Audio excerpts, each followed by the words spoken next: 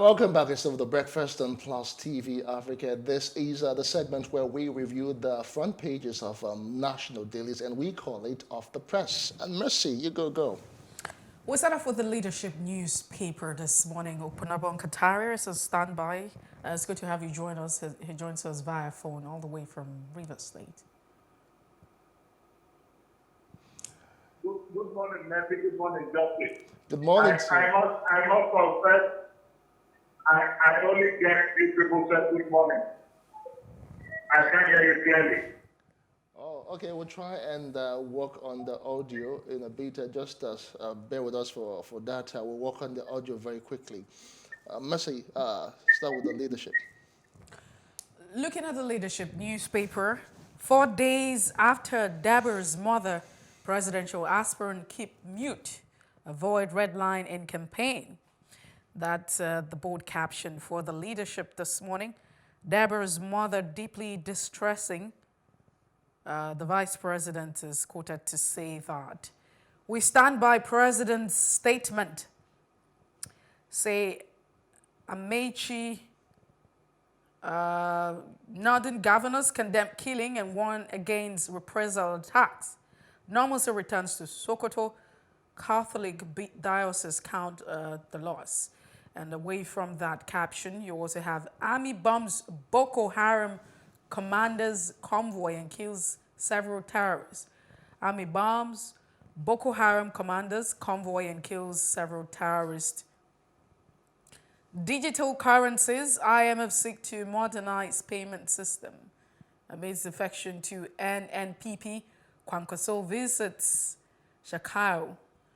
Kanu sad over killings and sit-at-home order. Soludo is quoted to say, of course, the Anambra State Governor, Nnamdi Kanu, is saddened. And he says that these persons are masquerading themselves, impersonating to be IPOP, and the relevant quarters should actually probe all of that. Just before we move away from the leadership newspaper this morning, you have hackers can unlock and steal your vehicles, and CC alerts Nigerians. I remember that's a very strong one. And finally, NFF appoints Baserio as Super Eagles coach. Indeed, these are the headlines on the leadership this morning. Away from the leadership, we'll move on next to the Daily Independent. The lead story for this morning: undue government spending worsens Nigeria's fiscal deficit woes. With two writers there, analysts say increased debt swelling risk of fiscal crisis, canvass policies to grow, diversify revenue streams. Above the masthead of the Daily Independent, again, aero contractors moves to cut 40% workforce. Wow. Deborah Ohaneze condemns destruction of Ndigbo businesses' property in Sokoto. With the writer there, her death must not be swept under the carpet, Northern Ken wants. How Buhari ordered Emefiele Malami's return to duty posts. Malami confirms pulling out of governorship race, the Nice resigning. Serap sees Buhari over failure to probe alleged 1.48 trillion naira on refineries maintenance. Let's see other stories on the Daily Independent newspaper. NCC alerts on new tactics by hackers to unlock, steal vehicles. NFF confirms Pesairo as Super Eagles coach, Finidi as assistant. NDLEA seizes 203,879 tramadol tabs in raids of 4 states. Forbes honors Emefiele with Best of Africa Lifetime Achievement Award. Those are all of the stories on the front page of the Daily Independent. And let's take a look at the Punch newspaper this morning. Our blasphemy killing, our children won't attend school again, say Deborahs Parents. Can to petition UN and the United States. I mean, why do we have to call extra? But I understand if you don't have the government paying attention to the necessary. We are a sovereign nation. Nigeria is a sovereign nation. Yes, we are. Do we need to petition the UN and the US before actions can be taken, before I mean, the law can take its course and the entire process, can be respected.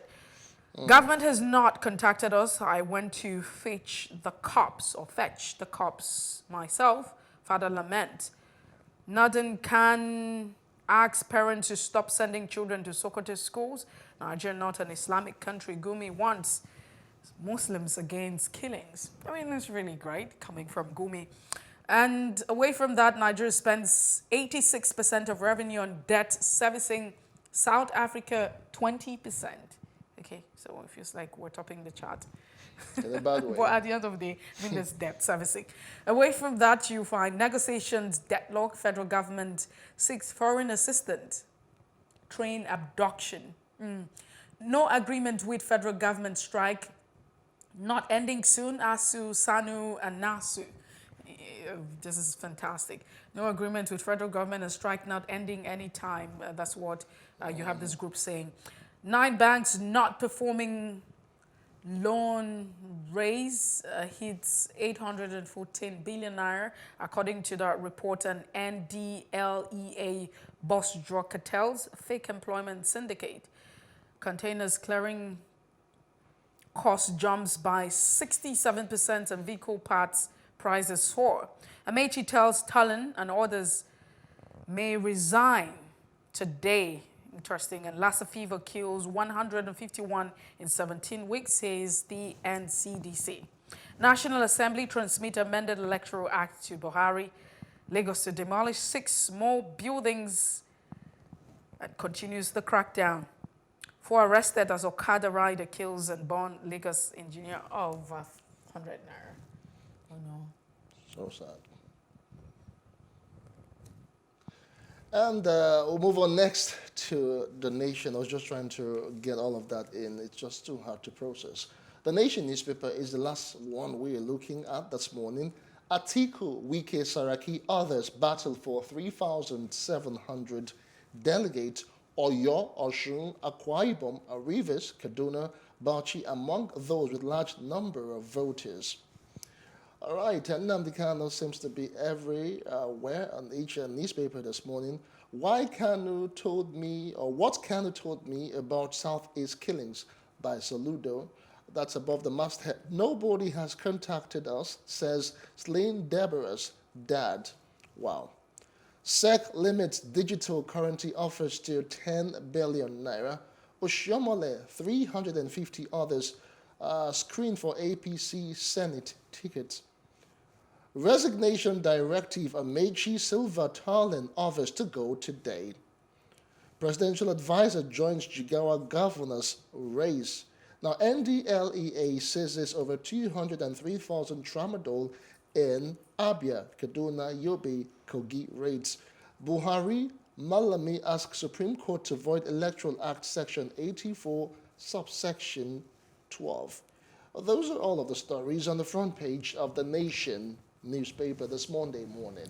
Opunabo Inko Tariah, it's good to have you join us via phone this morning. We appreciate your time.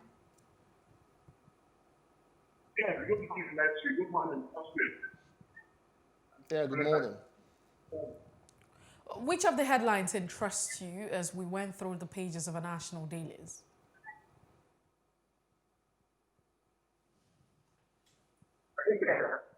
Which of the headlines interest you as we went through the front pages of our national dailies?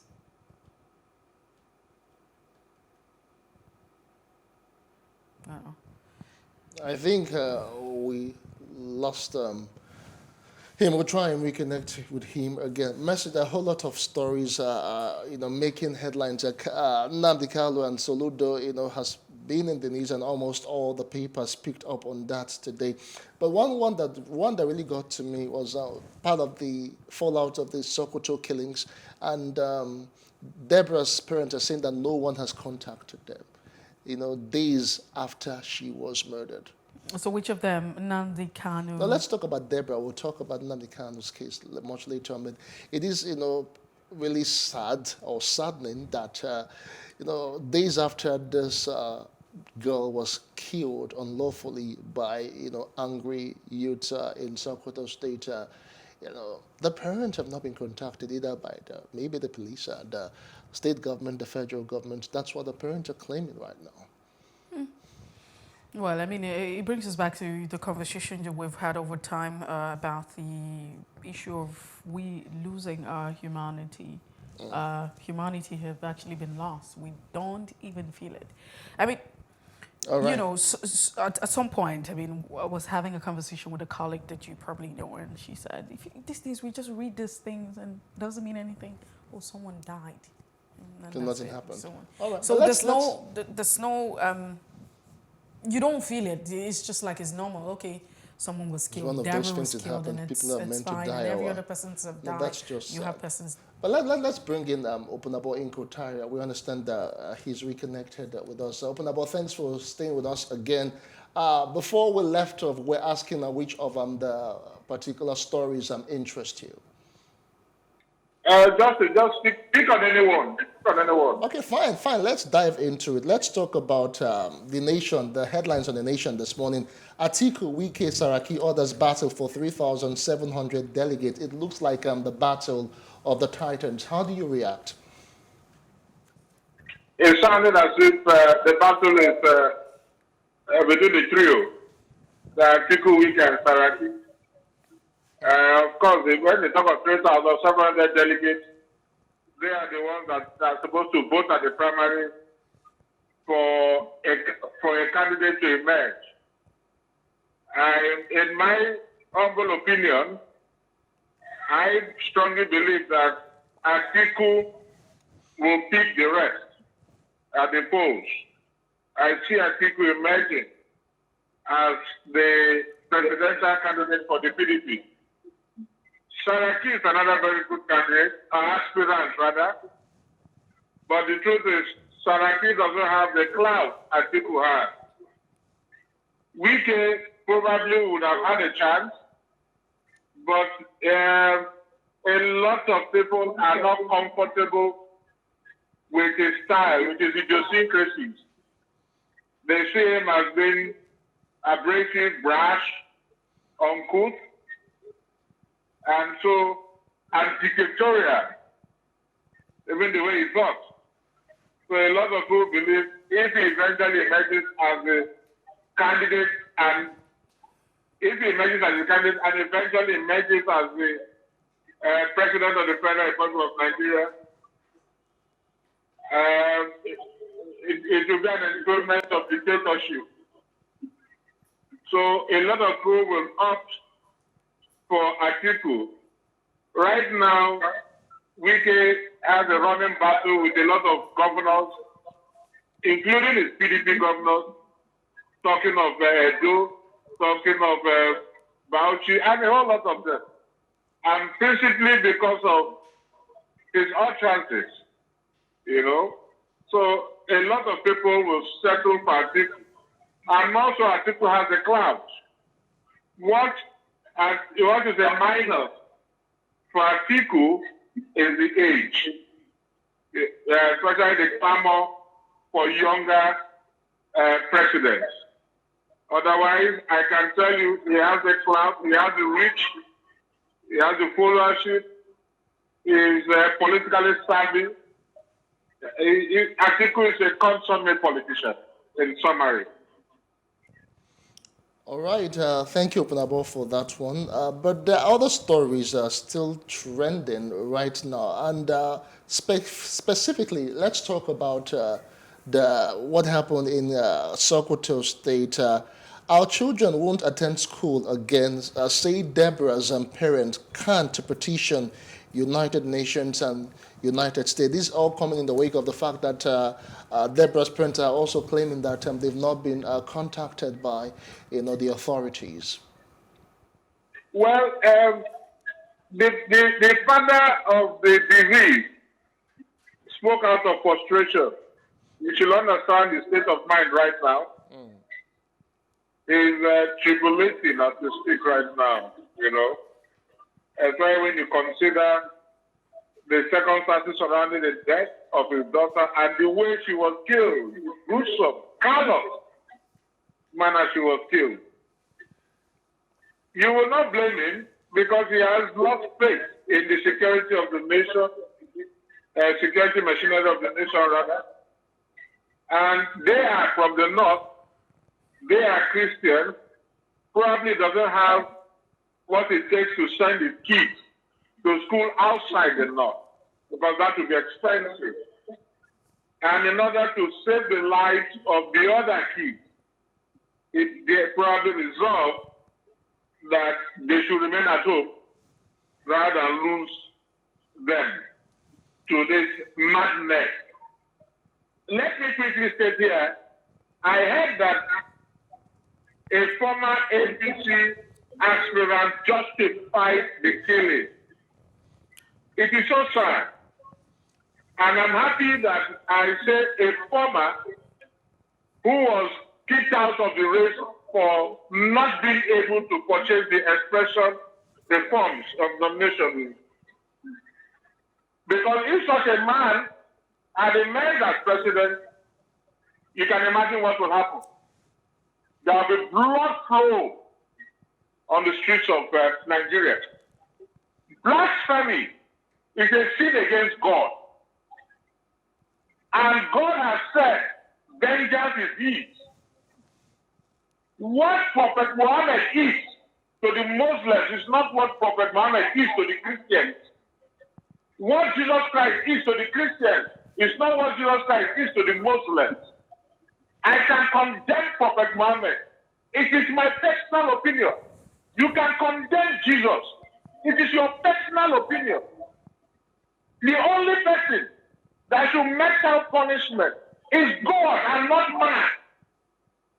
Therefore, these criminals who call themselves religious fanatics committed this crime using religion as a subterfuge. They are bloodthirsty animals. How can you do that to such a girl? What did she even do? What did she even say? Why will you take the laws into your hand? Having said this, if the federal government, because the culprits, their faces are known, they did not hide. It was not done surreptitiously. If the federal government fails to ensure that they are brought to book, I want to state here that Buhari is also endorsed the killing. Because if such persons at that level could commit such heinous acts, you can imagine what the idiots they call Boko Haram will be doing. How do you blame Boko Haram? So if Buhari does not ensure justice, then he has endorsed the killing. And it should be a prescription of anarchy. It is not enough to petition UN or whatever. We will not sit back. It should be a religious war between Muslims and Christians. Opunabo Inko Tariah, you also on this, first of all, I mean, the choice of language, were national TV. I'm hoping that you're very much aware of all of that. Now, secondly... I agree with you, Mercy. That's okay. I understand you. Okay, so we're hoping that we get an apology from you. Apology because of Plus TV, not from my heart. Just, you know, I understand that emotions can actually... We are talking of death of somebody, life. Yes, Opunabo Inko Tariah, we understand. But you know that two wrongs can never make a right, and that's the honest truth. It's okay, it's okay. Now, secondly, we can't take out the fact that as much as we constantly called on the president for every mishap, for everything that happens, of course, he's the commander-in-chief of the armed forces. He's the president of the Federal Republic of Nigeria. But you can't also separate the truth that Sokoto is a state, and you have the police that is saddled with the responsibility of ensuring that lives and properties are protected, and peace, I mean, maintenance. So we cannot always blame the president for everything. You have the police there. They should do their job. I'm not extricating Tambuwa, no. But don't forget, like you rightly said, is the commander-in-chief. If today a bridge is constructed in Sokoto, who takes the credit? Is the president. But should the president be reminding everyone about their job? You have a commissioner of police, you have the police structure in Sokoto State. Why haven't there, you know... They are all answerable to Mr. President. We don't have state police. They are all answerable to Mr. President. And the air is suffused with this news. So there is no way it has not gotten to the ears of Mr. President. That is why you should order the IG to investigate the matter and bring the culprits to book. But should the IG be ordered to investigate the matter? Won't you commend Mr. President? If the road is closed, would you commend it? So why would you take it when there's something negative? But ordinarily, Opunabo, all of these authorities have their clear-cut, responsibilities. If there is a matter that has to do with security, and of course, the IG does not really need to be summoned or ordered to do their job or his job. Opunabo Inko Tariah, no one prompted me to come to work this morning. That's what we're saying. Excuse me, that's my point. No, I think we are cross purposes here. Okay. We are cross purposes. Nobody prompted you to get to work. But if you don't go to work, you will be cautioned. That is the point I'm making. Nobody, I'm not saying, if for example, what is it called, Tambua fails in his duty, it is expected that Mr. President will call him to order because we don't have state police. So if you have told the IG, investigate this matter. Okay. And this will have some weight. Because the IG will now know that Mr. President is interested. Okay. Let's quickly move away from that. On the leadership newspaper, I don't know if this comes to you as a surprise, but you have Kanu, Nnamdi Kanu, who is saying that he's sad over the killings and the citadel order that's going on in the southeastern part of Nigeria. And this is what Soludo is quoted to say, especially when they had that visit, that some persons are masquerading themselves to be, IPOP members, and they're carrying out all of these killings. Mercy. Yes. Nnamdi Kanu, considering what he's going through right now, will definitely absolve himself from the killings. No doubt about that. But the truth about it is that, and also Soludo, these tenants are trying to do everything possible to ensure Kanu is released from detention. And so you don't expect Soludo, after visiting Kanu, to come out and make a statement that will affect negatively the release of Kanu. Having said this, probably he has also repented. Maybe he has also repented. But there is no way, because he gave the first order, there is no way Kanu can say, as initial, he was not the one that gave the order. Maybe he has repented. Probably. I don't know. I did not discuss with Kanu.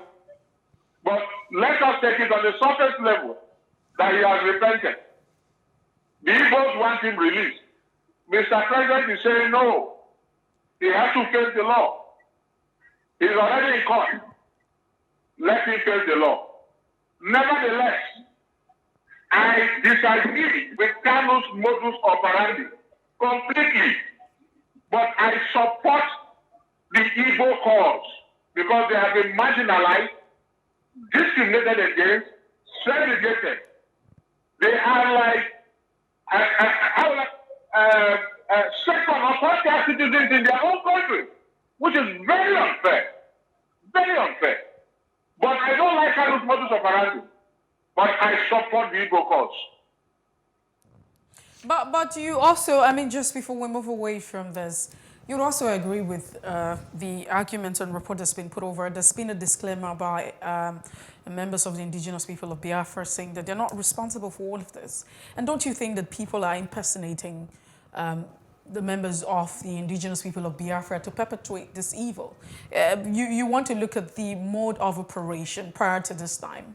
It hasn't been violent over time. And all of a sudden, you have unknown gunmen. And here you have a leader saying that they had already, put out their statements as regards to sit-at-home order and, the mode of operation. So don't you think that people are taking advantage of the situation and are committing crime in the southeastern part of the country? Yes.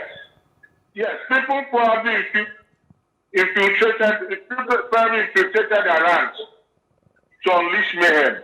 No doubt about that. In every war situation, you have such situations. No doubt about that. But the truth is, Kanu instigated it by making inflammatory statements at that initial stage. It's like saying any Igbo man that does not support this cause should be killed. Any Igbo man, you don't make those statements. You don't coerce people. You persuade them, not to coerce them. So that is why Kanu is being accused. Otherwise, like I said, I support the Igbo cause.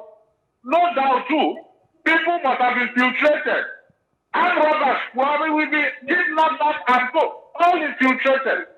But what that's why that I support the cause. But sadly, Kanu is like the scapegoat because of the kind of incendiary statement he made. All right, Opunabo, let's look at some other stories on the Punch newspaper. This has got to do with cars importation and clearing and all of that. Containers clearing cost jumps by 67%. Vehicle parts prices soar. What do we have in our hands, Opunabo? Should we be looking at, promoting indigenous, brands and them cars in Nigeria? Well, yes, we have Innocent and Co. I must commend Soludo.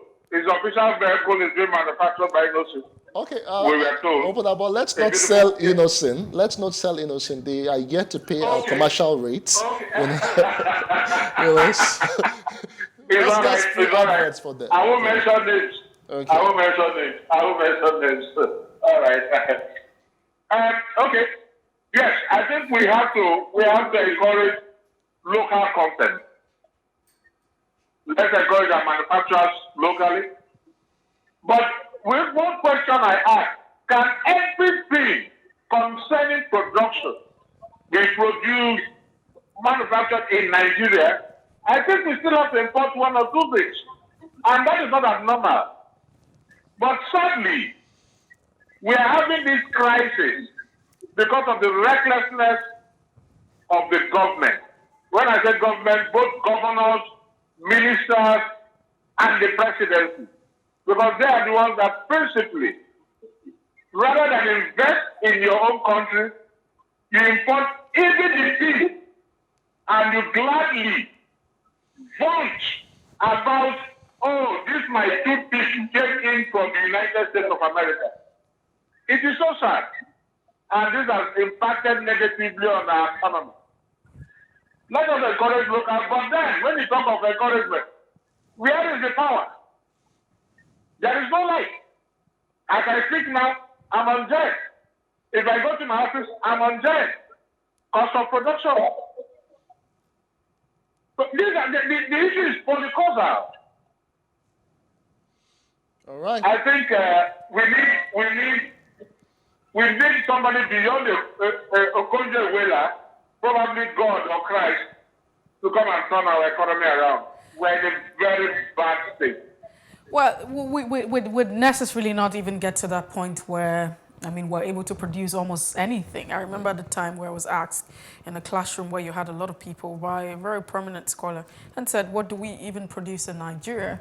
And nothing, I could have thought about Zobo, because if you look at if you look at that, you find out that from sourcing to the entire process being completed, start to finish is from Nigeria. So we probably have that.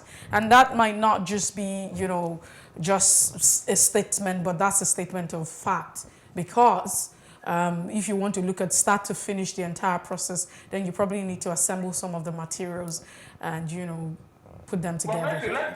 Let me quickly say this. Yes, go ahead. Are you with me? Go yes. ahead. Okay. I forgot. We'll soon produce pencils. You know pencils? No, but there are other states that are producing Our Minister pencil. for Science and Technology made that promise that we will soon produce pencils. But some states Yes. are already on top of that. You have, for instance, And Akadonye you state. go on air to tell the world that very soon Nigeria will produce pencils. I'm What just is saying that it? there are some states that are on top of that already. So it might not necessarily be Is news to that us. production? Yes, pencil production, for Is it instance. just a pencil? All right, Opunabo. Is that production? Opunabo. Also on the Punch newspaper, there's a shocking, not too good story. Lassa fever killed 151 in 17 weeks. That's according to the Nigeria Center for Disease Control, NCDC. It's as though since the outbreak of the COVID-19 pandemic, a lot of other communicable diseases have actually taken back burner.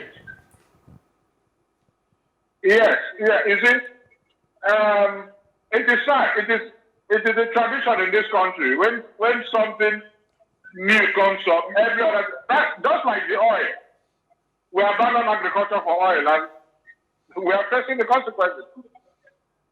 There was so much rush on COVID, so much money.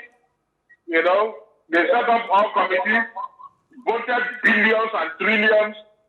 So it was very attractive. Lassa fever was no longer attractive. And they abandoned Lassa fever. That's what happened. If tomorrow there's another disease, they will abandon COVID. Because so much trillions will be voted. It's all about pocket, your pocket, not about lives. All right, Mercy, you have the next paper. Also, so still looking at the leadership newspaper this morning, you have another header saying, it talks about, okay, so I know that you're really not interested in sports, but I'm hoping that you can share your thoughts on this one. I would soon be interested because of Finidi job. So we're going to have like a new coach, or we already have a new coach, Pesero. We'll say Pesero. I don't even know if there is a new coach, but I know that Finidi George will be an assistant coach. So if you know that Finidi George is going to be an assistant coach, then you should know that we have a new coach, and he's a foreign because he coach. called me. We were classmates and very close friends. So why didn't So you he ask called him? me. So why didn't you ask him who he would be assisting? Even if you had told me the name, I would have forgotten. I think that you are being very I don't deliberate even know about the this. players. I don't know anything. If we are going for World Cup, I don't know. Ask me about golf and I'll tell you. Oh well. All right, we'll leave that at that. So maybe when we're discussing golf and we have something breaking in golf, or maybe Tiger Woods being in the news again, that will ask to get your opinion concerning that. We must say a very big thank you to you, Opunabo Inko Tariah, for the thought you have shared on Off the Press this Thank morning. you. Yes, thank you too. All right, that's the breakfast. That's Off the Press for today, Monday. We'll take a quick break, but not before we tell you what happened this day in history, and we'll be coming back to look at some very topical issue. Do join us again.